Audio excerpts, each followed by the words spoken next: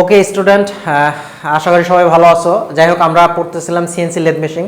CNC lathe মেশিনের আমরা বেশ কিছু অপারেশন, বেশ কিছু কাজ এবং মেশিনের শ্রেণীবিভাগ দেখে ফেলছি। আজকে আমরা যেটা দেখবো সেটা হচ্ছে অনুভূমিক অক্ষ মেশিনিং, মানে হরিজন্টাল অক্ষ মেশিনিং যেটা আছে, হরিজন্টাল অ্যাক্সিস মেশিনিং সেন্টার। তার মানে কি, এই মেশিনিং সেন্টারটা কোথায় থাকবে? হরিজন্টালে থাকবে। এটা কিন্তু আমরা আগেই দেখে আসছি যে আমাদের হরিজন্টালে কীরকমভাবে থাকে। আমাদের যে হেড স্টক, টেল স্টক আছে, ওই দুইটা স্টকের মাঝে যে আমাদের টুল পোস্টটা থাকবে, এটা কিন্তু হরিজন্টালি থাকবে।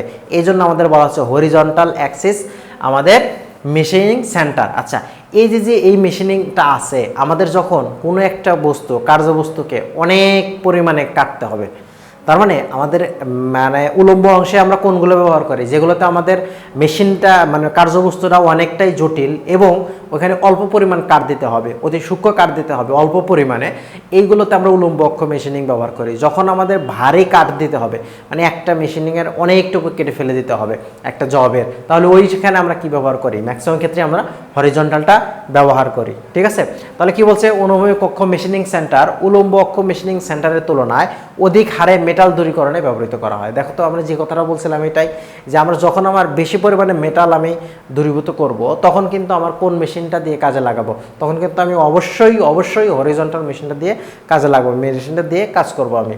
তাই এতে বড় কাটিং টুল ব্যবহার করা হয়। দেখো, এই যে কাটিং টুলটা আছে, আমাদের যদি কাটিং টুলটা আসলে ছোট হয়, থিকনেস ছোট হয় বা আমাদের লেন্থ ছোট হয়, তাহলে কি আমরা বেশি করে কাটতে পারবো না?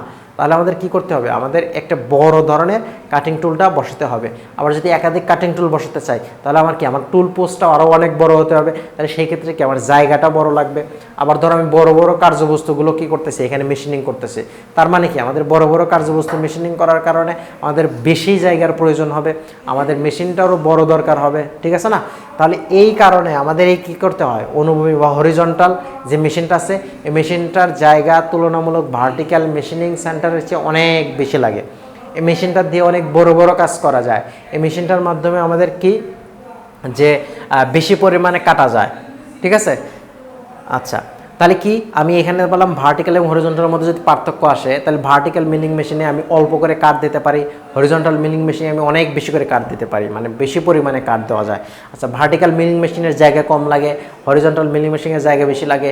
ওইখানে কাটিং টুল, ভার্টিক্যালের যেটা আছে ওইটাতে কাটিং টুল ছোট এবং চিকন হলেও হয়, বাট হরিজন্টালে যেহেতু আমাদের বড় বেশি পরিমাণে মেটাল কাট দিতে হয়, তাহলে ওখানে কি করতে হবে? ওখানে আমাদের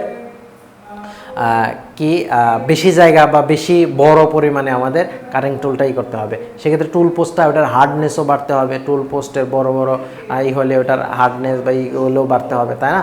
তাহলে এই সব কারণেই আমাদের কি করা হচ্ছে, আমাদের স্পেশাল কিছু কারণে হরিজন্টাল এটা করা হচ্ছে। তারপরেও আমার এইখানে যে জিনিসটা আছে সেটা হচ্ছে আমাদের লেদ মেশিনের যে পরিচয়টা, লেদ মেশিনের পরিচয়টা আমরা এখানে অলরেডি নিয়ে আসছে।